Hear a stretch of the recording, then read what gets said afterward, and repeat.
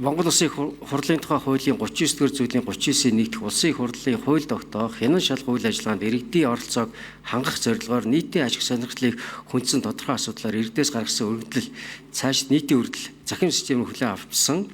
За ингээд захин системээр хүлээн авах 71452 иргэн гарын үсэг зурснаар нийтийн сонсголын үйл ажиллагаа эхлэх энэ хуулийн эрх зүйн орчин бүрдсэн. 24 оны 12 дугаар сарын 19-ний өдрийн 7 дугаар тогтоолоор агаарын бохирдол утааны асуудлаар ерөнхий хяналтын сонсголын бэлтгэлийг хангах зохион байгуулах үүрэг бүхий ажлын хэсгийг байгуулсан. За тус ажлын хэсгийн ахлагчаар улсын хурлын гишүүн Чинбүрэн миний бие ахлуулж төрийн байгуулалтын байнгын хорооны дарга Жаданбын Бат Эрдэнэ, Ёс зүйн дэгийн байнгын хорооны дарга Баяр Магна Баярбаатар, хууль зүйн байнгын хорооны дарга Дамбины Зогтбаатар, хүний эрхийн дэд хорооны дарга Чухбаатарын Эрдэнэ олд, улсын хурлын гишүүн Хүрлбаатарын Баасан Жаргал, Цэндийн Баатар хүү, Пүрвийн Батчимэг, Батүлзийн Бат Эрдэнэ, Амгаланбаатарын Ганбаатар, Гомбын Ганбаатар, Мөнгөн цогийн Ган Хүлэг, Сонгомбайн Замира, Жаргал сайхны Зол Жаргал, Сүрэнжавын Лүндэг, Минд баярын Мантхай, Лувсан Бямбагийн Мөнх Баясгалан, Жагживын Минт сайхан, Бадархын Найдлаа, Агван Лувсангийн Ундраа, Болдын Уян, Отхны Саран Чулуун гэсэн нийтдээ 21 гишүүний бүрэлдэхүүнтэй ажилласан байна. Түүнчлэн байгаль орчин хүнс хөдөө аж ахуйн байнгын хорооны 24 оны 12 дугаар сарын 19-ний өдрийн 8 дугаар тогтоолоор агаарын бохирдол утааны асуудлаар зохион байгуулалт ерөнхий хяналтын сонсгол даргалагчаар миний биеийг томилсон. За ерөнхий хяналтын сонсголыг 25 оны 2 дугаар сарын 3-4-ний өдөр агаарын бохирдлыг бууруулах хүрээнд утааны асуудал бодлого шийдвэр эржилтийн үр дүн шийдэл сэдвээр зохион байгуулах тогтож тус байнгын хорооны 10 дугаар тогтоолоор баталсан. За ажлын хэсэг ерөнхий хяналтын сонсгол зохион байгуулах ажлын төлөвлөгөөг баталж бэлтгэл ажлын хүрээнд дараах 4 удаагийн хилцүүлгийг зохион байгуулсан бөгөөд эдгээр хилцүүлэгт давхарсан тоогоор 194 иргэн төрийн байгууллагын 93 албан тушаалтан оролцож 75 иргэдийн төлөөлөл холбогдох төрийн байгууллагаас асуулт асууж хариулт авч 28 иргэн танилцуулга хийсэн байна. Үүнд 2025 оны 1-р сарын 15-ны өдөр агаарын бохирдол хүн амын эрүүл мэнд амьд явах аюулгүй орчинд амьдрах эрх сэдвээр эхний хилцүүлгийг зохион байгуулсан бөгөөд хилцүүлгийг улсын хурлын гишүүн хүний эрхийн дэд хорооны дарга Эрдэнэ олд удирдан явууллаа. За хилцүүлгээс гарсан дүнэлтийн шууд авч үзвэл 2023 оны 8 дугаар сарын 3-ны өдрийн Б2589 дугаар эрчим хүчний яамны төрийн нарийн бичгийн даргын тушаалаар баталсан сайжруулсан хатуу түвш техникийн шаардлага МНС 5679 2022 стандартыг яаралтай шинжлэх. За агаарын чанарын бүс рүү зөвшөөрлгүй түүхийн нүүрс оруулж байгаа хэсэг, бүсэд зөвшөөрлгүй түүхийн нүүрс болон бусад зүйлс төлж байгаа хэсгэд хяналт шалгалт хийж хэрэгжилтийг 7 хоног бүр тайлагнаж шийдвэр гарч байгаа хэдий ч хэрэгжилт хангалтгүй байгаа талаар 2010 оноос хойш агаар болон орчны бохирдолд анхаарал хандуулж эхэлснээс хойш олон хөтөлбөр төслийг хэрэгжүүлсэн хэдий ч эдгээр төсөл хөтөлбөрийн хамрах хүрээ хэд өргөн тусгагдсан. Өртөг зардал өндөр, бодит үр дүнд хүрэх санхүүжилт, институцуудын чадах, салбар хоорондын уялдаа муу, хяналт хариуцлагын эргэх холбоо сул байсан. Цаашид бодлогын уялдаа, зохион байгуулалтын сайжруулах хүрээнд холбогдох нарийн мэргэжлийн судлаач, эмч нарыг төлөөллийн оролцоог хангасан төр, бизнес, хувийн хвшил, иргэд судлаачдын багийг байгуулж ажиллах. Байгаль орчны салбарт мөрдөгдөж байгаа 30 орчим хууль, 200 орчим эрх зүйн акт, норм ба дүрм стандартын давхардал, зөрчил, хийдэл ихтэй байсан. Засгийн газраас 2017 оны 98 дугаар тогтоолоор баталсан агаар орчны бохирдлыг бууруулах үндэсний хөтөлбөрийн хэрэгжилтийн цаг хугацааны мөчлөгтэй, оновчтой, хэмжигдэхүйц, биелэгдэхүйц, ач холбогдолтой шалгуураар үнэлэх шаардлагатай. Сайжруулсан шахмал түвшний хэрэглээ Улаанбаатар хотын гадаад дотоод орчны агаар дахь PM10, PM2.5-ын агуулмжийг бууруулсан боловч хүн амын эрүүл мэнд амьдралын чанарт сөргөөр нөлөөлж нөлөөлөх хэмжээнд байсаар байна. Түүхийн нүүрсний хэрэглээний үед өвлийн удирдлын агаарын чанарын найрлага дахь PM10, 20, PM2.5, CO, SO2 хэмжээ нэмэгдэхэд ураг аяндаа золболтын давтамж нэмэгдэж, өр хөврөл бүрэлдэх байдал буур хандлага ажиглагдсан, давтамж нэмэгдэж, өр хөврөл бүрэлдэх байдал буур хандлага ажиглагдсан байна. Монгол улсад агаарын бохирдлын эрсдэлд хүчин зүйлийн нөлөөгөөр уушгины хавдраас гадна элэгний хавдарт нөлөөж хавдрын өвчлөл жилээс жил доктортой нэмэгдэж байна. Олон улсад хийгдсэн судалгаагаар түүхийн нүүрсний хэрэглээний улмаас уушгины хавдар өвчний тохиолдлыг нэмэгдүүлж байгааг тогтоосон бэлтгэлүүдийг сонслоо. За 2025 оны 1-р сарын 22-ны өдөр дараагийн 7 хоногт утааны асуудал стандарт хяналт 100 түвшний технологи сэдвээр 2 дахь хилцүүлгийг зохион байгуулсан бөгөөд хилцүүлгийг улсын хурлын гишүүн Минцайхан удирдан явууллаа. Тус хилцүүлэгт холбогдох төрийн зарим байгууллагын холбогдох албан тушаалтнууд, салбарын эрдэмтэд судлаачид, иргэд төрийн бус байгууллагын төлөөлөл бүхий нийт 120 гаруй хүн оролцсон. Эдгээрээс төрийн байгууллагын 27, бусад байгууллагаас 10, иргэн хуулийн этгээдийн 62 төлөөлөл оролцлоо.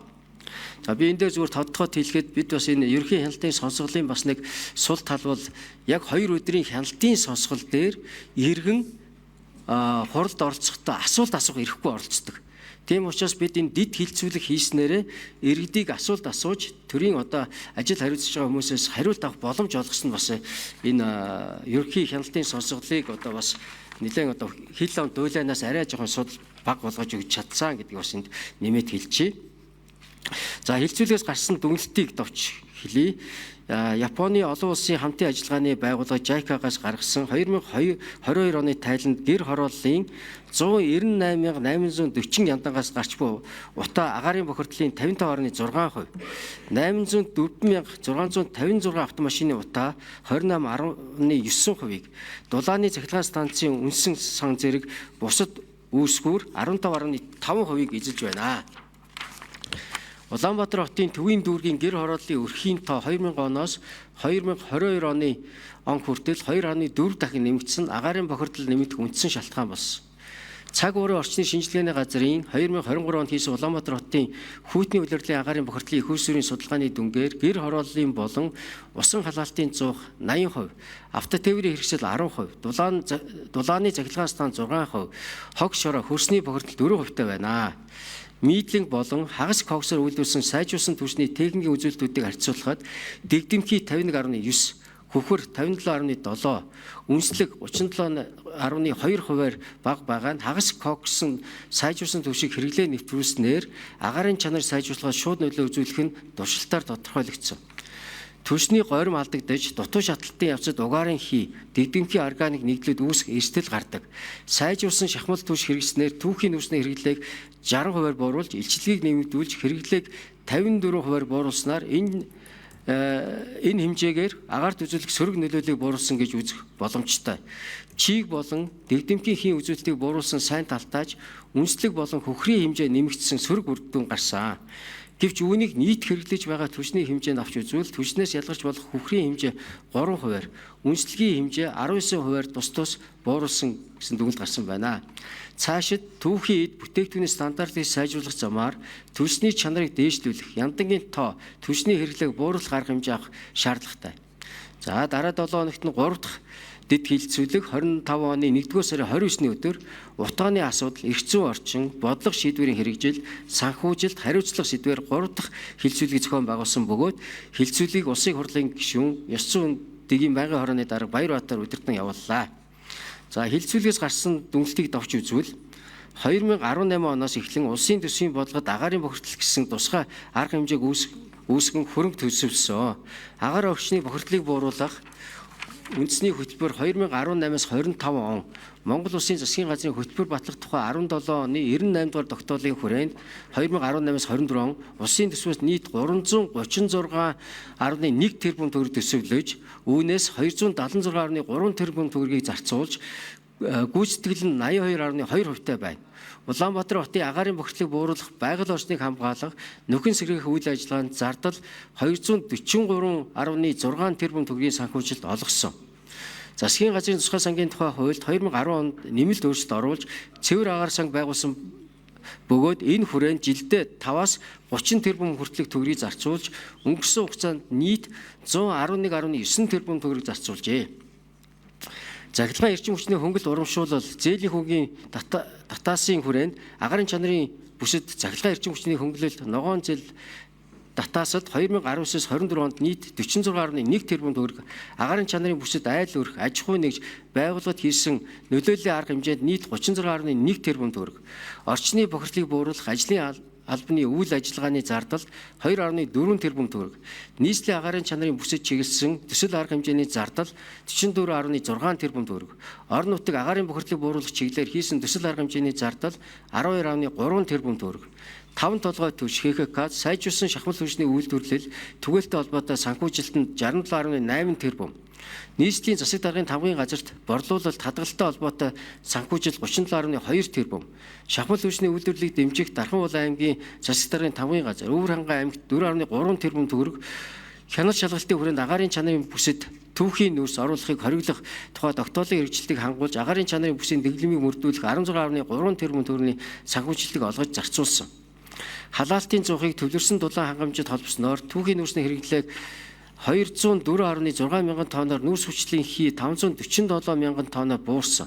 Хэрэглэгчийн шөнийн тарифыг хөнгөснөөр гэр хорооллын айл өрхийн шөнийн тарифын хөнгөлөлтөнд хамруулснаар иргэд цахилгаан халаагаар ашиглах санхүүгийн боломж бүрдсэн гэсэн дүгнэлт гарсан байна. За дөрөвд хилцүүлэг 25 оны 1-р сарын 31-ний өдөр утааны асуудал зуух түвшний технологийн шийдлүүд сэдвээр дөрөвд хилцүүлгийг зохион байгуулсан бөгөөд хилцүүлгийг улсын их хурлын гишүүн Инновац зохион бодлогын байнгын хорооны дараа зол жаргал удирдан явуулсан. Тус хилцүүлэгт нийт 70 иргэн оролцсон болон 28 аж ахуйн нэгж байгууллага иргэдийн төдийл өөрсдийн шийдэл шин санаачлах бүтээлээ танилцуулсан. За хилцүүлэг танилцуулсан мэдээллийн давч танилцуулбал утаа бууруулах технологийн шийдлийг төрөөс сонгохгүй иргэд өөрсдөө сонгох боломжийг олгох хэрэгтэй. Төрөөс зөвхөн утаа гаргах байх шаардлага тавиад хөнгөлөлтөө зээл санал болгох шаардлагатай. За гэр хороол хэсэгчсэн болон бие даасан дэд бүтцийн шийдлийг дэмжих дулаан цахилгаан станцууд барих, шахмал хөгжлийн түүхийд болох мидлинг сольж үнслэг багтаа сайн чанарын нүүрс ашиглах. Гэхдээ хагас кокс, хөх нүүрсний үйлдвэрлэл хөрөнгө зарцуулахаас зайлсхийх, цахилгаан халаалт ашиглах, нүүрсний хийн түвш үйлдвэрлэх мега төслийн танилцуулга болон бусад их үйлдвэрлэлийн хийн түвшээр хангах, сайн дулаалсан барилгын нарны энергиээр халаах жишээ, модлог био түвш ашиглах боломж, цэвэрлэх байгууламжийн шугамын урсгал, дулааны насоос ашиглан дулааны станц барих, нарны дулааны коллектор, дулааны насоосоор байшин халаах шийдлүүд, дулааны нөөцлөөр цахилгаан халаагаар гэр байшин ашиглах талаар. За хөндийн хүчний цахилгаан станцын технологиг ашиглахад засгийн газраас буцалтгүй тусламжаар үйлдвэрлэлийн зардлыг гаргаж өргөн хэмжээнд бодлогоор түгээх боломжийн талаар. Аэрогел, будаг, төрхлөг зэрэг орчин үеийн дулаан тусгаарлагч супер материалуудыг ашиглаад гэр байшин дулаах шийдлүүд. Улаанбаатар хотод хэд хэдэн байршил 150 м өндөртөө цамхаг байгуулад агаарын сороод шүүгээд дээш нь өндөр гаргаад нөлөөллийг нь бууруулах шийдлийг оюун тулгаан далд уурхайн босон амттай харьцуулж хийсэн шийдлийн танилцуулга зэрэг танилцуулагдлаа. 2025 оны 2-р сарын 3-4-ний өдрүүдэд төрийн ордонд агаарын бохирдлыг бууруулах хүрээнд утааны асуудлаар бодлого шийдвэр хэрэгжилтийн үр дүн шийдэл сэдвүүд ерөнхий хэлтийн сонсголтыг зохион байгуулсан бөгөөд Монгол Улсын хурлын чуулганы хурлааны дэгийн тухай хуулийн 121-р зүйлийн 121-ийн 2 дахь хэсэг заасны дагуу ерөнхий хэлтийн сонсгол явуулах талаар зар мэдээллийг 24 оны 12-р сарын 26-ны өдрөөс эхлэн 25 оны 1-р сарын 29-ний өдрийн 17 цаг 30 минут хүртэл олон нийтийн хэвлэл мэдээллийн хэрэгслээр мэдээж сонсголт оролцогчдыг бүртгэлээ. За сонсгол улсын хурлын гишүүдээс гадна төрийн бас байгууллагын төлөөлөлт 6, иргэд 94, хэвлэл мэдээллийн байгууллагын төлөөлөл буюу шууд дамжуулж байгаа 2 телевиз нийт 104 оролцогч бүртгэснээс төрийн байгууллагын төлөөлөл 64, төрийн бас байгууллагын болон иргэдийн төлөөлөлт 46 оролцсон болно.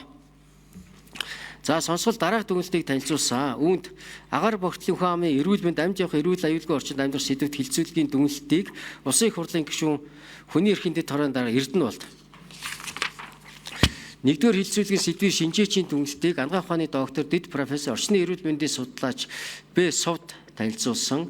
За 2 дахь хэлтгэл стандарт хяналт зуух түвшний технологи сэдвт хилцүүлгийн дүгнэлтийг улсын их хурлын гишүүн Минт сайхан танилцуулгын дэлгэрэнгүй мэдээллийг хавсарт 3-аас үзэж болно. 2-р хилцүүлгийн сэдвийн шинжээчийн дүгнэлтийг шинжлэх ухааны доктор Наран Гэрэл. За эрх зүйн орчин бодлого шийдлийн хэрэгжил санхүүжил зарцуулалт хариуцлага сэдвт хилцүүлгийн дүгнэлтийг улсын хурлын гишүүн Ёс зүйн дэгийн байнгын хорооны дарга Баярбаатар танилцууллаа. Хилцүүлгийн сэдвийн шинжээчийн дүгнэлтийг шинжээч Эрдэнэ Чулуун Жавхлан нар танилцуулсан. За зуух түвшний технологийн шийдлүүдийн талаарх уулзалт хилцүүлгийн талаарх мэдээллийг улсын их хурлын гишүүн Инновац зохион бодлогын байнгын хорооны дараа зол жаргал мэдээлж та бүхэн танилцууллаа. За сонсголд оролцогчоос илэрхийлсэн санал мэдээлэл дүгнэлтийн талаар та бүхэн тайлангаас уншичаарай. Би одоо шууд 2 хилцүүлгээс гарсан ерөнхий хэлтийн сонсголын нэгдсэн санал дүгнэлтийг та бүхэнд уншиж танилцуулъя. За сайжруулсан түвшний хэрэглээний холбоотой хүн амын эрүүл мэнд амь насанд угаартах аюул учирсаар байх тул угаарын хий мэдрэгчийн айл бүхэнд байршуулах 5 толгой түвш ХХК нийслэлийн засаг даргын тавгийн газраас айл бүрийн эрсдлийг үнэлж арилгах. 2. Эрүүл мэндийн яамны зүгээс агаарын бохирдолд өндөр эрсдэлтэй эмзэг бүлгийн хүн амын эрүүл мэнд угаартаж амь насаа алдсан нийт хүн амын мэдээлэл дүн шинжилгээ хийж эрсдлээ сэргийлэх хамгаалах ажлыг нотлохын тулгуурлан эрчимжүүлэх төлөвлөгөө боловсруулан зорилттой хүн амд хүрч ажиллах эмнэлгийн бэлэн байдлыг ханган ажиллах. 3. Байгаль орчин хүнс хөдөө аж ахуйн байнгын хороо цаашид утаа агаарын бохирдлыг бууруулах дэд хороог байгуулах асуудалд хариуцлага алдсан албан тушаалтнуудад хариуцлага тооцох талаар зохион байгуулалтын арга хэмжээ авч холбогдох хууль тогтоомжид нэмэлт өөрчлөлт оруулах асуудлыг шийдвэрлэх. За энэ гуравтай холбоотой асуудал дээр бид бол одоо улсын хурлын тухай хуульд байнгын үйл ажиллагаатай дэд хороо утааны асуудалтай холбоотой дэд хороо байгуулах асуудлыг бол одоо ажлын хэсгийн гишүүд бол бүгд одоо санал нэгтээ дэвшүүлж байгаа. Тэгээд энэ дээр байнгын хороондоо чиглэл өгөх, энэ дээр байнгын хороноос гарах тогтоол дотор энд оруулна гэж бодож байгаа. За 4-т агаарын бохирдлыг бууруулах, дулаан алдагдлыг багасгах, захиралгаа эрчим хүч хэмнэх чиглэлээр ялангуяа буулгасан эргэн аж ахуйн нэгжүүдэд урамшуул олгох үйл ажиллагааг явуулах. 5. Цаашид нийслэлийн хатуу түвшний хэрэглээнээс гаргаж хийн түвшний хэрэглээ нэвтрүүлэхдээ ахуйн орчин нөхцөлд нь эрсдлийн болон өртөг үр ашигны үнэлгээг хийж нэвтрүүлэх анхаарах. 6. Гэр болон барилга байгууламжийн дулааныг нэгдсэн стандарт боловсруулан батлуулж, дулааны шин технологи нэвтрүүлж, бүх аж ахуйн нэгжүүдийн дунд чөлөө төрсөлдөөн бий болгох чиглэлээр үе шаттай арга хэмжээ салбарын яамны зүгээс авч хэрэгжүүлэх, мөрдүүлэх. 7. Орон нутаг бүр агаарын тухай хууль заасан үүргээ хэрэгжүүлж, агаарын бохирдлыг бууруулах хүн амыг агаарын бохирдлоос хамгаалах төлөвлөгөө боловсруулах хэрэгжүүлж, орон нутгийн төсвийн хөрөнгөө шийдвэрлэх. 8. Салбарын яамны зүгээс орон нутагт агаар бохирдуулагч бүрийг хэмжих чадварыг бий болгож хатуу түлхэгчний хэрэглээ халах ийм бодлого боловсруулах гэсэн санал дүгнэлт гарчээ. Анхаарал тавьсан явдал баярлалаа.